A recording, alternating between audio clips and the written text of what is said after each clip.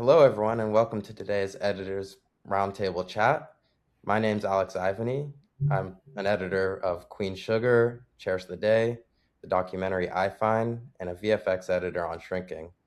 And I'm super excited to be talking with these editors about their projects and how storytelling comes to life in the editing room, from fiction to nonfiction, comedy to drama. So please join me in welcoming Ryan Spears, ACE, of Saturday Night Live, Evan Wise, ACE, supervising editor of Sean Combs' The Reckoning, Tyler L. Cook, editor of Lucky, and we also have Stacie Schwarz and Thomas Czupryna, editors of Welcome to Wrexham. Thank you all for joining us. Let's get into our questions. So the first question is, every project has a ton of footage that never makes it to the screen. How do you decide when a scene is serving the story versus being a scene you have to let go? I'm just going to go around the screen. I'll start with Tyler. Yeah, I think it's a great question. I think this is one thing that you really have to develop a gut feeling for, by and large, because you are the first audience of your show, and I think when you're watching it, you need to know that you need to pay attention to when you're lagging, when your attention's going. If something feels too repetitive, if the acting isn't quite there, if it's not sharp enough. I always like to think that, like, how can we build this bridge with as few pieces as possible to keep people entertained, to keep the information fresh. Things are coming at you in a very new and exciting way. With Lucky, we had a really interesting situation where we shot a completely different opening than what is currently in the show now. And it was about Lucky. She was sitting at a poker table. She was reading the room, and it was doing a lot for us emotionally and also character wise, setting up who she is and how she sees things. But it kind of was telling a different story than what our show actually was. The first episode is completely set in Vegas, but the rest of the show isn't. And it's like a very gritty crime drama, but it made the whole show kind of feel like it was an Ocean's 11 type of show or something like Rounders. And we kind of quickly decided that it just was kind of sending the audience on the wrong trail as far as what we wanted to set the show up as. And so we completely ditched that opening and kind of found a new way in. And I think that really did a lot to shaping the tone and the feel of the episode. So I think you just have to kind of be ruthless with your material and never really think that just because you shot something or that it's working, that it's necessarily the best thing for your project. Awesome. Stacie? Yeah, I had a professor in college that told us sometimes you have to lose your favorite shot to make the best film. And so that has always kind of stuck with me. So I'm not too precious about anything. In Welcome to Wrexham, I had cut a scene with a little boy who had cancer, and he came to visit the practice field and the facility. And then he went out onto the field, and Rob Mack took him out, and he got to kick a goal. And then he came back into the facility, and they let him walk around and pick whatever merchandise he wanted. And it was great. It was fun, but it felt wrong after seeing him kick that goal. Like, it was very emotional, and then suddenly it seemed kind of, what's the word? Not emotional. So that was, kind of an easy decision. I'd rather see more emotion from a little boy with cancer than see him get lots of cool stuff. So we lost that to make the whole scene better. Right. Thomas? Yeah, obviously, especially with sports docs, I feel like we get a plethora of footage just from the games themselves. Sometimes we have 8, 12, 20 cameras sometimes on these games. So just in that in itself, we're trimming down these games that are, 90 minutes plus pre-game, post-game. We're getting that down to sometimes 2 minutes in our edits. So a lot of times, like, we're looking at the broader scope of the season and everything like that and finding common themes that are happening around the game, around the team, and around the town as well. So we start with all of our hot sheets, and then we're able to kind of see what's happening there. And then once we get in the edit, we can start putting them together. And then, like, as we start to whittle it down over time, then like Tyler said, we have to look at it from that scope and look at what's actually moving, what's progressing. So, and then you can kind of see where things thematically are kind of not fitting in place. And also, are we not moving at a pace that we like? Is it slowing the story down? Is it not moving it as well? We can start to shift stuff around and feel that out.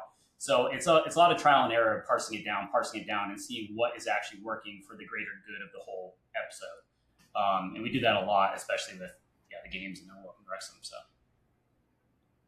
Great. Evan? To kind of echo what Thomas said, like in documentaries, we often have thousands of hours of footage. Like that's what we had on Sean Combs' The Reckoning. So half your job is getting rid of stuff and kind of clearing the field to figure out what the essence of the story is.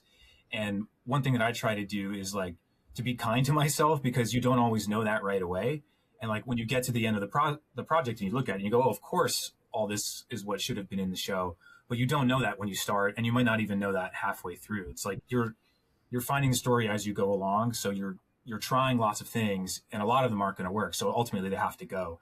And to echo what Tyler said, being ruthless is like one of the most important things you can be as a documentary editor. Like if it doesn't serve the story, it has to go. If you can take it out and everything works, it probably shouldn't be there. Under, maybe there's a few,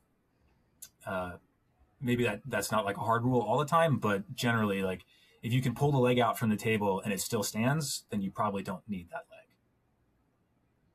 Right. Ryan? Yeah, I mean, I would agree too with the concept of being ruthless and being able to see if you can take something out and if it all still holds together. And then with SNL specifically too, there are a lot of variables that sometimes like dictate some of that. A lot of our sketches are designed around a turn or a rug pull or a reveal of some kind. And that sometimes in the script is several pages in, and pacing when we put it together in the edit, we're finding it's taken way too long to get to this. We've already asked people to sit here for a minute without having any kind of laughs. So, we got to sometimes figure out ways to maybe not cut scenes, but make scenes shorter, because a lot of our stuff could be one or two scenes basically. And then also, it's a very collaborative experience there as well. Writers and directors are involved, pretty much nonstop after I get my first cut together. We have producers who come in as well. So, I think we're means testing a lot of stuff in terms of, is it funny? Is it making people laugh? Are we finding it to work the way we were expecting it to? And sometimes it doesn't. It's a very fast-paced show. So sometimes things make it into the script that like we think we can kind of figure it out along the way, but it's just not coming together in the way that we need to, and it's not crucial. So we'll cut a joke, or we'll cut fluff as long as it isn't cutting into setup for the next joke or hurting pacing to lead up to a comedic beat. So Yeah, all great answers. Ryan, I'll just stay on you. SNL has incredibly tight turnarounds between rehearsals and airing. How do you balance the speed with making thoughtful, creative decisions, especially under the pressure of impending deadlines? Yeah, I mean, I think a lot of it is sort of something that has kind of gotten in my bones and is instinctual over the years. I mean, I just did, I think, my 100th sketch there a few months ago. So a lot of it is kind of, at this point for me, I can tell, like, this is going to work, or this is just, we just don't have the right performance here, or maybe there's something here we can do to save it.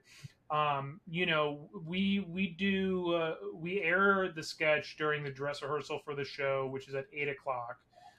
And that's the first time Lauren sees it. That's the first time an audience sees it. And we get a response from that. And then we react based on that and make some changes to the cut between dress rehearsal and then air the live show, which is at 11:30.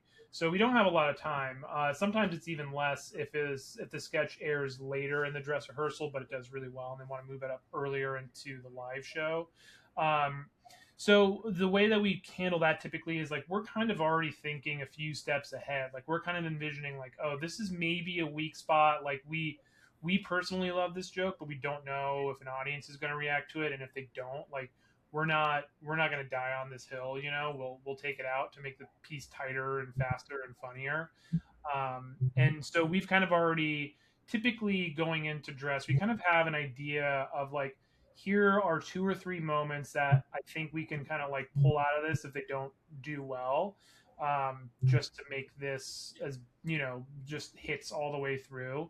And sometimes, sometimes all those beats that we were a little bit worried about hit and they all laugh and we have very minimal changes between dress and air. Other times they just die on the vine and we have to take them out. And at the same time, make sure that we're not pulling out a leg that the table does rest on, and collapsing the whole piece based on that. I mean, every once in a while, we kind of have to we have very little time. We kind of have to go for it, and we pull something out. And when it goes to air, maybe it didn't. We should have left it in. We got a little bit shy about putting that to air. But I think typically we kind of have already kind of gamed out in our head and looked at the jokes and looked at the rhythms and said okay, this is where we're gonna have to push and pull based upon how the audience responds to it. Interesting. Evan, so you and your team were cutting The Reckoning before, during, and after the criminal trial of Sean Combs. So my question is, what are the editing challenges of a documentary covering a real-time ongoing story like that? It's really hard, and it can be super frustrating not knowing where you're going to end up. But I think the key to doing that is, you got to kind of think about where it might go and sort of head towards that, and then be completely willing and flexible to change everything if the story changes. And that definitely happened with us on The Reckoning. After Sean was convicted and sentenced, we had much of our fourth episode kind of following along, the details of the trial, like who's coming in on the witness stand and what did they say. And when everything kind of shook out, we realized that, well, this isn't really that important anymore because everybody already saw this. It was covered by every news outlet in the country almost daily, and it wasn't really unique. So we kind of scrapped that and we just truncated the trial to start and end. And then our director, Alex Stapleton, was able to talk with some of the jurors, and that was incredibly interesting and way more important, we thought, to the story. So we sort of jumped time and went right to them to talk to the people who ended up making this decision rather than just the TikTok of what happened every day that people are reading about in the news.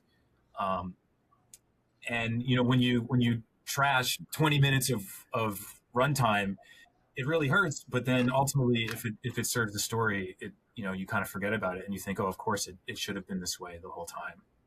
So I think flexibility is really, really key in editing an ongoing story, and any version of editing, really, but especially if the ground that you're standing on isn't stable yet. You just have to be willing to roll with it and be able to be kind of calm when big drastic changes happen, and just knowing okay, something crazy is probably going to happen, or we're going to have to shift the whole story, and mentally preparing for that really helps kind of keep people's temperaments even, because you don't want to freak out when the story shifts at the last minute and you only have a month left to cut this thing that's 15 or 20 minutes long. It's just cooler heads prevail always in these type of edits. Yeah, I noticed with both the last two answers, there's definitely a trend of flexibility, even though one is unscripted and one is SNL. And then Tyler, you're doing scripted with Lucky, which is full of characters with hidden agendas and motivations. So how do you use editing to guide viewers' suspicions without giving away twists too early? Well, in the example of Lucky, I think we were pretty dead set on sticking with Lucky's perspective, especially in the first episode. I think the first episode of the show is about 95% of Lucky's perspective. So we don't even really cut away from her very often. And if we do, it's really for very purposeful and specific reasons. And, I think we carried that idea through the rest of the show, that we were just very, very regimented about whose perspective we're in at any given moment. And any information the audience is getting is being given at the same time as a character is receiving it. So it never feels like we're lying to anybody or cheating somebody or anything of that nature. It was just really trying to make sure that the audience was only receiving information that was privileged to that character at that moment. I think that just really helps you kind of be along for the ride at the same time. We had a very small moment in the pilot where Lucky's on the roof with Carrie, her husband, and they're drinking and celebrating, and they're about ready to take off on this, fantastic life. And you realize the next day that he drugged her and left her basically left her to, to be framed for this crime they committed together. And, so what we wanted to do in that moment was obviously we wanted it to be a surprise, but we wanted to tease it out so that way you believed that Lucky believed in this relationship and you believed that they were going to do this together. And you don't really see the moment where he's, pouring the medicine into her drink and roofing her because she is so wrapped up in Vegas and this moment and this romance. So when we come back to it later and we see it from Carrie's point of view, that's when we kind of fill in the rest of the details. But we're so locked into Lucky and what she's experiencing that you just don't have an opportunity to really think about it. I think editing is often sleight of hand. So what you focus on is often more important than what you're not. And so you're just being very selective about the shots you're picking, the information you're giving and when. And I think that is just kind of like the guiding principle in terms of making sure that these things feel they feel surprising without feeling manipulative. Really cool. Thomas, sports documentaries often celebrate the biggest victories, but Wrexham spends just as much time dealing with the challenges and the uncertainties. So how do you make these setbacks feel as compelling as the wins? Well, luckily on the last 3 seasons of Welcome to Wrexham, we've been promoted, so it's been really easy to follow the victories. But, at the heart of it, you have to look beyond the victories to kind of get to the real heart of the story here. One of the biggest challenges as the team is continuing to progress, there's these losses that are happening beyond the team, right? You're losing heroes that got you to the level where you're at. You're losing, the town is getting bigger. It's getting more populated. Businesses are growing, but you're kind of losing some of the essence of what the town is. In episode 8 of season 4, one of the big storylines was Paul Mullen, who had helped them get to the success that the team has had, is becoming less and less involved in the team. And we're kind of, at the same time the team is winning, we're also losing a lot of what made the team what it was. So you kind of like fall into this thing where the team's succeeding, but you're losing. So we have to focus in on those storylines because it makes the wins without the losses, sometimes the wins don't seem as big, right? So how do we get to that point? And, also beyond that too, some of the games that are happening, right? Once we actually get there, when you're focusing on the games that you lose, what do you need to change in order to make it to that final? What do you need to change and all that kind of stuff? So you're looking beyond just the surface value of the games themselves to get to the heart of what is actually happening in this thing. We focus more of our energy in the show on those moments of what's happening behind the scenes with the coaching staff, the team, the town, the owners, everyone all together, and how do they get there? I think that's pretty much it. Interesting. Stacie, Wrexham is meant to satisfy both lifelong football fans and people who might know very little about the sport. How do you find that balance between the scenes of practices and matches versus the stuff that's more focused on the townspeople, the community of Wrexham, so that the viewers remain emotionally engaged? Yeah, well, luckily you don't need to be a sports fan to know that the ball going in the goal is good. So the games are important. Obviously, the show is about the football club, but the games are a roller coaster, right? The highs and the lows. It's just you're on this ride for the duration of those scenes, and you can't ride a roller coaster for an hour, or you're gonna get tired of it. So you've got to have. Well, and the other thing is the players, like Thomas was saying, they come and go. Paul Mullen has been a major character for them, and he's gone now. I think. Is he gone now, Thomas? Yeah, he just signed. Oh, yeah. He did? Yeah. But the players change every season, but the townspeople are always there. The fans come back every game. Wayne from the turf is always there. And you need those moments of levity and just time to take a breath from the roller coaster of the games. And those stories also give you the opportunity to see the games and the team and the sport through those fans' eyes. And I think everybody can relate through them to what the sport is. You don't really need to be a fan of football. Great. Um, so editing can make a huge difference in the narrative outcome of the story. What was a moment in each of your projects where the edit completely changed the meaning, tone, and the impact of the scene? I'll start with you, Ryan. Yeah, I mean, I think one thing, I mean, to talking to the Home Alone piece that we did for the nomination, that was something that went through a couple of different tonal iterations. I mean, we've done these pieces before that Mikey and Colin Jost write, where they just kind of turn into bloodbaths and stuff like that. And we kind of have done a couple different varieties of those. We did Grinch, we did like A Christmas Story. So we were kind of revisiting it on this one. And I remember actually with this, for a large part of the day, we were using a different music track, and we were kind of doing the thing that we typically have done with these, where once things kind of start getting crazy, it just becomes kind of like this tonal soundscape of chaos and violence and drones and stuff like that. And it just wasn't feeling right this time. And we were like looking around trying to figure out what to do.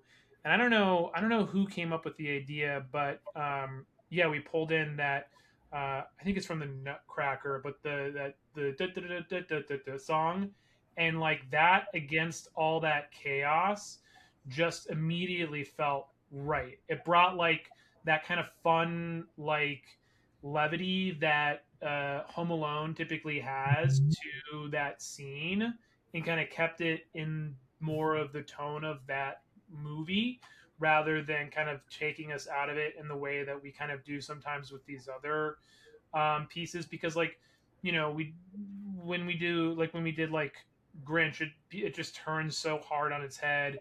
And but like the chaos of the accident of these traps is like built into Home Alone, so it's like it's really not that much of a departure from what that movie typically does, except we've taken it to the 11th degree, and all these traps are actually killing people now. So I think when we found that keeping the music kind of more in like a fun kind of like world was helping it. Like that really kind of turned that edit on its head. And then there was a lot of kind of like playing around with pacing and stuff like that. There's a fun moment when the paint bucket flies past Colin, and like in real time, it probably would come back a lot faster than it does. But like we really ended up in a place that I was happy with, where like it flies up past them, and you kind of hold a beat. You kind of think it's done. You kind of think everything is like finished, and then you see it hit the thing and swing back down, and then and then we pick back up into the finale of all that chaos and violence and stuff. So And then to the Wrexham editors, same question. I'll start with you, Stacie. Yeah, it's similar to what I said earlier about that scene where losing that one piece in the store changed the whole scene. I'm actually pretty new to Wrexham, so I don't have a lot to draw on from Welcome to Wrexham, but if I speak more generally, you can do all sorts of things but to change the scene by contrasting whatever the verite is with whatever story you're telling underneath it. So, like, I worked on a documentary about people going through their pregnancies a while back, and we had a teen couple that was giving birth, and they had decided over the course of their pregnancy to give the baby up for adoption. They'd chosen a couple to be the parents, and they invited them to the birth. So you see this baby born, and you see the baby put on the mother's chest, and you see all of the joy, and this is our new baby, and oh my gosh, she's beautiful. And then the baby's handed off to the father, and he's like, oh, you shouldn't have handed her to me. No, I just want to take her home. And then the baby's handed to the adoptive parents, and they're full of joy and anticipation and hope. And then you're hearing from the adoptive mother how she has to balance that with the knowledge that the baby isn't theirs until the papers are signed, and until they, even after they take the baby home, the parents have 10 days to change their mind. So you begin to see the whole scene in a different light just by whatever story you're telling underneath it. Definitely. Thomas, did you have an experience on Wrexham or any other project that? Yeah. Well, yeah. Similarly to the question before about how with the losses and the wins and everything like that, on episode 8 of season 4 in Wrexham, we set out with like they were on the verge of making history of going back to back to back, and like that could be obviously your surface value. But if you look further back, we set out with the intention of redoing the phrase "do a Wrexham," which historically meant losing in the playoffs. So before Rob and Ryan took over the team, it was like a common knowledge that you get to the playoffs, they're not going to make it out. So here we were again teetering on the edge of, are we going to make it to the playoffs or not? And the whole town, we saw the story unfolding about how the town was just not, they didn't want to go to playoffs. They just wanted to make it in. So what we started to do is, watching history unfold, we also started interjecting these moments, the scenes, putting them in there to start changing the meaning and start to redo that phrase that we kind of saw as like a little sub story, but then we kind of brought it to the forefront and kind of changed the meaning of, yes, it's about making history, but it's also about redoing the whole common phrase that the whole town knew called "do a Wrexham," and reshaped it. Great. Evan, how about you with The Reckoning? I am going to kind of flip the question a little bit. I have a really powerful scene. There's a really powerful scene in episode 4 of The Reckoning where the meaning of the scene changed the way that I edited it. There's a scene where one of our participants is talking about an alleged sexual assault that happened to her 20 years ago, and it's really, really heavy. And I remember watching the raw footage and just being like devastated at the story of this woman. And I knew that the best way to approach this editorially was to do as little as possible, because I wanted to recreate the feeling that I had watching the raw footage with the audience. So I tried to have a very, very light hand and just let the story play out and not get super involved. And, you can cut to a close up when you want to emphasize something, but I really, really wanted to just let the story be everything here and have my part in this scene be completely invisible. And I know it's a cliche to say, like, so sometimes the best editing is not editing, but I actually think it's really, really true. And it's something I've been trying to do a lot more in my career, is really, when you have great footage, often you don't need to do too much to let it be the best version of itself. And that's something I really tried hard to do in this scene, to just let it play and let it be as real and as raw as possible. I love how we all nodded our heads when he said sometimes the best editing is not editing. Tyler, you're dealing with acting, so it's a little different. You can't just let it play out. You're working with performances. So how does that apply to you?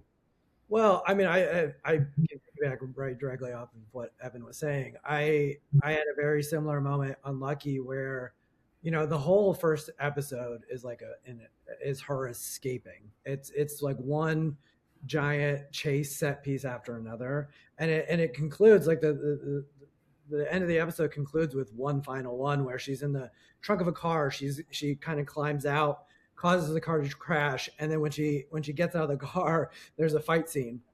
And when I was watching the dailies, I had a very similar reaction. I was just like, this is so visceral, and this is so, even in just like the raw footage, it's just like watching her go through this is so painful.